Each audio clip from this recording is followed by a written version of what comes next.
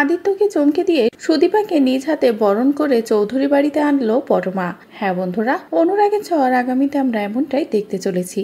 হঠাৎ করে আদিত্য সুদীপাকে বিয়ে করেছে। সুদীপাকে প্রথম দেখাতেই ভেঙে পড়ে পরমা। মন থেকে মানতেই পারে না যে আদিত্য এমন একটা কাজ করলো।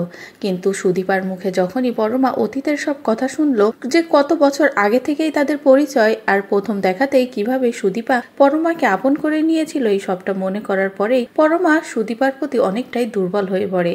আরো বেশি দুর্বল হয় যখনই জানতে পারে যে সুদীপার বাবা হঠাৎ করেই মারা গিয়েছে। সুদীপার আর কেউ নেই। সবকিছু মিলিয়ে পরমার মনটা গলে যায় সুদীপার জন্য। সুদীপাকে কাছে টেনে নেয় পরমা। এরপরেই তো সকলে মিলে নবীনপুর থেকে বিদায় নিয়ে চৌধুরী বাড়ির দরজায় এসে দাঁড়ায়। চৌধুরী বাড়ির দরজায় এসে যখনই সুদীপা দাঁড়ায়, তখনই তো সকলে সুদীপাকে দেখে পুরো অবাক হয়ে যায়। কেউ যেন বিষয়টা হুট করে মানতেই চায় না যে এত তাড়াতাড়ি এমন একটা ঘটনা ঘটে গেল। কিভাবে এসব হচ্ছে? আর এই মেয়েকে কিনা এ বাড়িতে বরণ করে নিতে হবে। এই সবকিছু ভেবে সকলে আপত্তি করলে তখনই পরমা ছুটে যায় বরণ করার জন্য। পরমা বলে, কেউ না বরণ করলেও আমি নিজে ওকে বরণ করে এই বাড়িতে নিয়ে আসবো, কারণ আমি ওখানে কথা দিয়েছি, আমি ওর খেয়াল রাখবো। বলেই পরমা নিজেই হাসি মুখে সুদীপাকে বরণ করে চৌধুরী বাড়িতে আনে। এদিকে আদিত্য তো পরমার এই রূপ দেখে পুরো অবাক হয়ে যায়। আদিত্য বুঝতে পারে যে পরমা সত্যিই একজন ভালো মনের মানুষ। অন্যদিকে সুদীপাও পরমার প্রতি দুর্বল হয়ে যায়। এদিকে পরমা তো বুঝতে পারে না নিজের অজান্তেই নিজের যমজ বোনকে এভাবে কাছে টেনে নিল পরমা। অন্যদিকে সুদীপাও বুঝতে পারে না। তো বন্ধুরা, এবার যদি সত্যি সবাইকে চমকে দিয়ে, বিশেষ করে আদিত্যকে চমকে দিয়ে পরমা নিজ হাতেই সুদীপাকে বরণ করে চৌধুরী বাড়িতে আনে, তাহলে সেটা দেখতে তোমাদের ঠিক কেমন লাগবে কমেন্ট করে জানাও।